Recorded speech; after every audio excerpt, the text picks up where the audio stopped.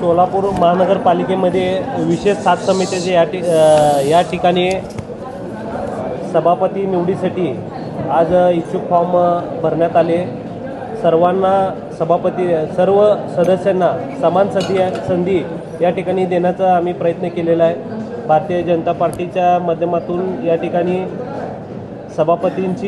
सर्व सभापतींना कसं न्याय देता येईल आणि सर्वांना कसं न्याय देता येईल या दृष्टिकोनातून आज सभापती पदासाठी इच्छुकांनी फॉर्म भरलेला आहे। त्यात स्थापत्य समिती सभापतीसाठी चिप्पा विजय भुमैया यांचा फॉर्म या ठिकाणी भरण्यात आलेला आहे। वैद्यकीय सहाय्यक आरोग्य समितीसाठी खटके सुनील पांडुरंग यांचा फॉर्म भरण्यात आलेला आहे। विधी समितीसाठी वाघमोडे सत्यजित सुबोध यांचा फॉर्म भरण्यात आलेला आहे। तसेच शहर सुधारण समितीसाठी स्वाती दत्तात्रय बडगू यांचा फॉर्म भरण्यात आलेला आहे। मंड्या आणि उद्यान समितीसाठी राजशेखर मल्लिकार्जुन पाटील साहेब यांचा या ठिकाणी फॉर्म भरण्यात आलेला आहे। तसेच कामगार व समाज कल्याण समितीसाठी सभापतीपदासाठी पवार श्रद्धा किरण यांचा या ठिकाणी फॉर्म भरण्यात आलेला आहे। महिला बाल कल्याण समितीसाठी निर्मला हरी जंगम यांचा या ठिकाणी फॉर्म भरण्यात आलेला आहे।